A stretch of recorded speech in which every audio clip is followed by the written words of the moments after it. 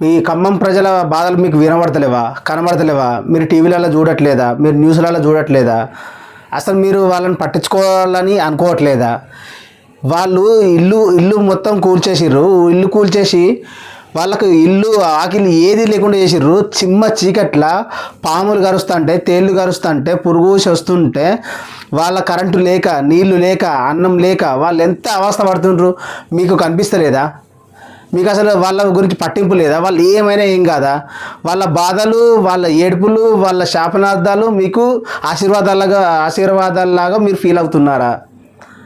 వాళ్ళ బాధలు ఎవరు పట్టించుకుంటారు? మీరు మన రాష్ట్రానికి సీఎం, తెలంగాణ రాష్ట్రానికి సీఎం మీరు. మరి సీఎంఏ పట్టించుకున్నప్పుడు ఇంకెవరు పట్టించుకుంటారు వాళ్ళను? ఆ తల్లి ఎంత ఏడుస్తుందో తెలుసా? అక్కడ ఉన్న పిల్లలు, చిన్న పిల్లలు ఉన్నారు అలా.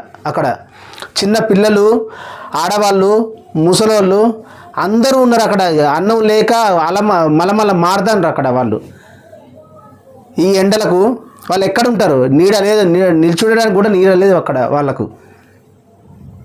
మీరు సీఎం అయి ఉండి ఇంత సైలెంట్గా ఉంటే ఎట్లా? వాళ్ళకి ఏదైనా ఆధారం చూపించాలి కదా, కూడగొట్టినప్పుడు ఆధారం చూపించాలి కదా. మరి ముందస్తు ప్రణాళిక లేకుండా ఎట్లా చేసిర్రు మీరు? ఎంత విలువెళ్ళాడుతాండ్రా వాళ్ళు. అన్నం లేక, నీళ్ళు లేక ఎంత దారుణమైన పరిస్థితి ఉందంటే వాళ్ళకు. చాలా అంటే చాలా దారుణమైన పరిస్థితి వాళ్ళది. మీరు ఏసీలలో ఉంటారు, వాళ్ళు ఎండలో ఉంటారు. ఇప్పుడు వాళ్ళకి ఇల్లు లేకుండా అయింది, ఏమీ లేదు. కనీసం నిలబడదామంటే చెట్టు నీడ కూడా లేకుండా అయిపోయింది అక్కడ.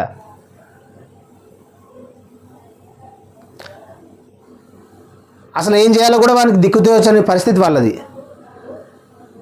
మరి ఎవరు పట్టించుకుంటారు? ఇక మీరే పట్టించుకున్నప్పుడు ఇంకెవరు పట్టించుకుంటారు? వాళ్ళ గోస చూడాలి కదా. కనీసం ఆల్టర్నేట్ షెల్టర్ అనేది ఇవ్వాలి కదా. సార్ మీరు మీ పద్ధతిలో, మీ వర్షన్లో అది కరెక్ట్ అనిపించి కూడగొట్టారు సరే, మరి వాళ్ళకి ఆల్టర్నేట్ అనేది చూపించాలి కదా వాళ్ళకు. అసలు అవి భూదాన్ భూములు. వాళ్ళు ఎట్లా విలువలాడుతారు? వాళ్ళకు కనీసం ఎవరైనా ఆదుకుంటోళ్ళు ఉన్నారా? నీళ్ళు, నిప్పులు ఏదీ లేదు వాళ్ళకు. చిన్న పిల్లలు, పసిపిల్లలు కూడా అక్కడ గిలగిల కొట్టుకుంటారు. కొంచెం అన్న బాధ అనిపిస్తలేదా మీకు? మీరు సీఎం కదా, కొంచెం బాధ, కరుణ, జాలి. అయ్యో మామూలుగా చిన్న ఏకన్నా రోడ్డు మీద ఎవరన్నా ఏదన్నా సడన్గా పడిపోతే అయ్యో అంటాం. మీరు అది కూడా అనకపోతే ఎట్లా సార్? మీరు ఒక గౌరవమైన పదవిలో ఉన్నారు. మీ నాయకులకు, కాంగ్రెస్ పార్టీ సంబంధించిన వాళ్ళకి ఎవరికి కనిపిస్తలేవా న్యూస్లు? ఎన్నో న్యూస్లలో సోషల్ మీడియాలో రన్ అవుతున్నాయి, ఎన్నో ఛానళ్ళు వచ్చినాయి. మీకు కనిపిస్తలేవా? వాళ్ళ బాధలు మీకు అర్థమవుతలేవా? ఒకసారి చూడండి, వాళ్ళ బాధలు మీకు అర్థమవుతాయి. వాళ్ళ బాధలు ఎట్లున్నాయో.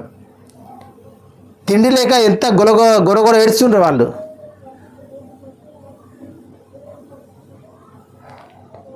మిమ్మల్ని ఏ మంత్రి అనాలి, మరి ఏమనాలి అనేది కూడా అర్థమవుతలేదు. వాళ్ళు ఏమంటారు? ఇంతకుముందు ప్రభుత్వం ఉన్నప్పుడు మాకు ఏ బాధ లేదు, కనీసం తిండి దొరికింది. ఇప్పుడు ఆ తిండి కూడా దొరకలేదు. కనీసం మమ్మల్ని చూసిన వాళ్ళు కూడా చూస్తలేరు. ఎవరు ఈ ఏరియా ఎమ్మెల్యేలు కానీ, మంత్రులు కానీ ఎవరైనా సరే ఎవరు మా దగ్గరికి వస్తలేరు అంటారు. అలా బాధ చూడండి ఒకసారి, మీకు అర్థమవుతుంది. ఆ ప్లేస్లో వాళ్ళ స్థానంలో ఉండి ఆలోచిస్తే మీకు అర్థమవుతుంది. కనీసం తిండి, కనీసం కామన్గా కావాల్సింది తిండి, నీరు, అవి మినిమం కనీస సౌలతులు కూడా వాళ్ళకి లేకుండా పోయింది. చిమ్మటి చీకట్ల ఆల్రెడీ ఇప్పుడు కొందరికి పాములు కూడా కరిచినాయట చీకట్ల. చూడండి, ఆ గోడ చూస్తే మీకు అర్థమవుతుంది. కానీ ప్రజలు కష్టపెట్టకుండా ఉండాలి కదా. లాభం చేయకుండా పర్వాలేదు కానీ కష్టపెట్టకుండా ఉండాలి కదా. వాళ్ళు ఎంత కష్టపడతారు? వాళ్ళు ఎండుతూ చీకట్ల పురుషి వస్తున్నా కూడా వాళ్ళు ఎంత నరక యాతన అనుభవిస్తున్నారు అనేది మీ దాకా చేరతలేదా? ఇన్ని న్యూస్లలో, ఇన్ని సోషల్ మీడియాలో వేస్తున్నా కానీ మీ దాకా చేరట్లేదా? మీకు ఎందుకు తెలియట్లేదు? వాళ్ళ స్థానంలో ఉన్న ఆలోచించండి కొంచెం అంతా. వాళ్ళు ఏ పరిస్థితిలో ఉన్నారు, ఏ స్థానంలో ఉన్నారు, ఏ సిచ్యువేషన్లో ఉన్నారు, వాళ్ళు ఎలాంటి పరిస్థితుల్లో ఉన్నారు కొంచెం చూడాలి మీరు. కూలగొట్టుడు ఒక్కటే కాదు, వాళ్ళను ఆదుకునే పరిస్థితి కూడా రావాలి కదా. ఎంత దారుణంగా ఉన్నది వాళ్ళ పరిస్థితి. ఏ మంత్రులకు కనబడతలేవా? అసలు మీకు అసలు న్యూస్లో చూడట్లేదా?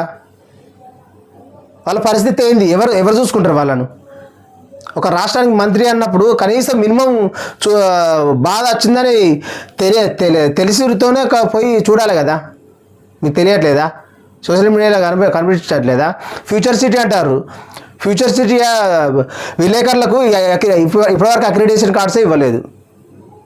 వాళ్ళకి ఇండ్లు, అది చాలా పెద్ద ముచ్చట. అది ఇక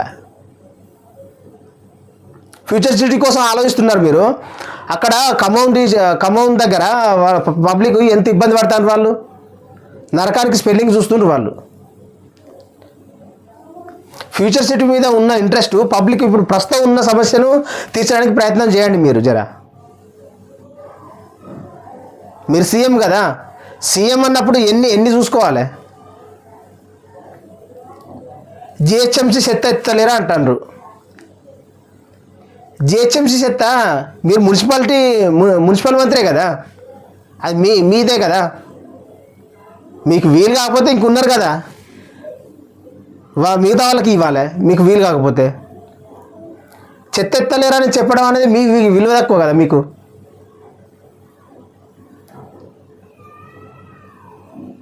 మీరు చెప్పుకోవడం అనేది అది మీకు మైనస్ కాదా? మీ విలువను మీరు పోగొట్టుకున్నట్టు కాదా?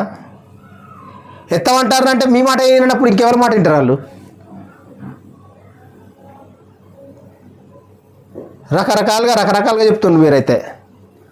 ఈ రేవంత్ రెడ్డి వచ్చాక 8 నెలల నుంచి మమ్మల్ని చిత్ర హింసలు పెట్టి మమ్మల్ని ఓట్లేసి వాడిని గెలిపించడానికి ఆ లంగాగాడు ఆ బాడకావుగాడు మమ్మల్ని ఈ గట్టి పట్టించిండు.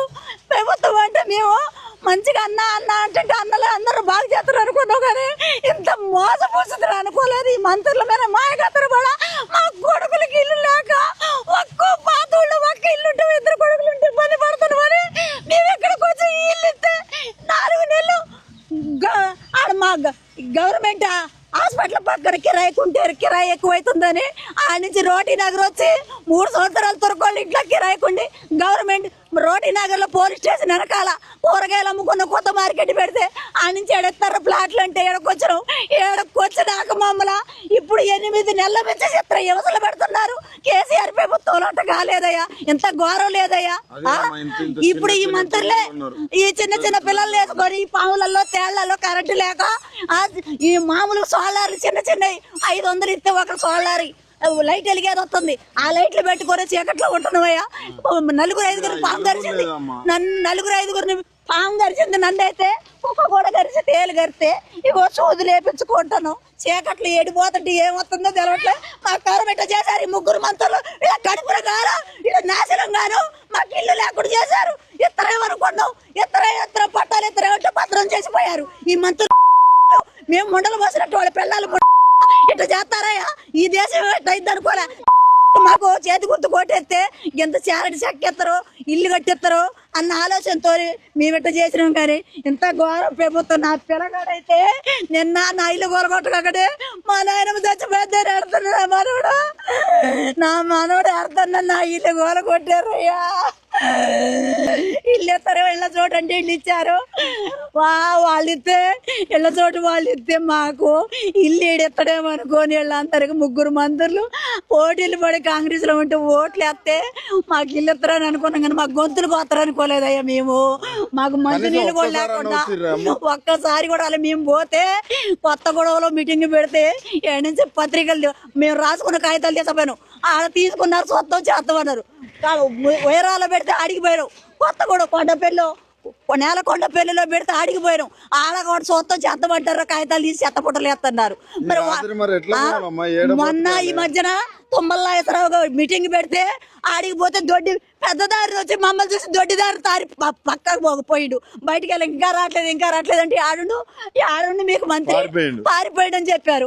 ఎన్నిసార్లు ఎక్కడికి పోయినా కానీ ఓట్ల కొత్త చెప్పులు తీసుకొని కొడతాం. ఇల్లు లేకుండా ఈ జాకెట్లో నిన్నటి నుంచి బువ్వకోలేదు. వాళ్ళకైతే పోలీసులకే బాక్సులు పంపిస్తున్నారు, వాటర్ పంపిస్తున్నారు. నీళ్ళు లేక అల్లాడుతాను. మంచినీళ్ళ బోర్లు కూడా పీకి పారదెంగారయ్యా.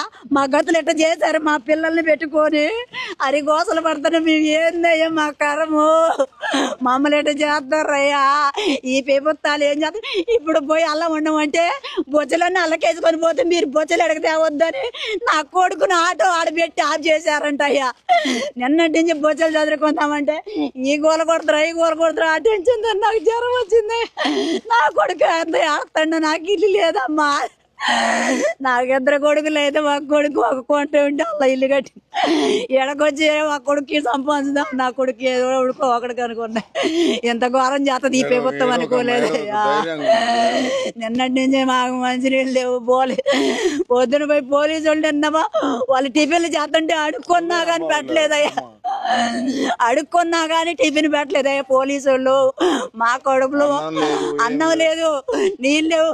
మా పిల్లగాళ్ళు ఏరే ఊరు బడికి తోలుతుంటే వాళ్ళు వచ్చి మాకు అది పెట్టారయ్యా. ఏంటంటే పులిహారం ప్యాకెట్ తెచ్చి రాత్రి. ఎంత ఘోరం ప్రభుత్వం. అదే వాడికి ఏం తెలపోతే మా కోసం భువన్న పంపిడా భువన్న పంపిస్తారు. తెలవనుడు తెలిసే నివసించాలని ఇట్లా చేశారు ఈ ప్రభుత్వాలు. ఖమ్మం జిల్లాలో 3 మంత్రులు దోసుకొని మమ్మల్ని చంపుతుండ్రయ్యా. మా కర్మ ఎవరు ఆలకిస్తారయ్యా. ఇప్పటికన్నా మీ అసంటి వాళ్ళు వచ్చి మా గోడ ఆలకించి మాకు ఇల్లు సంపాదించండి పెట్టండి అయ్యా.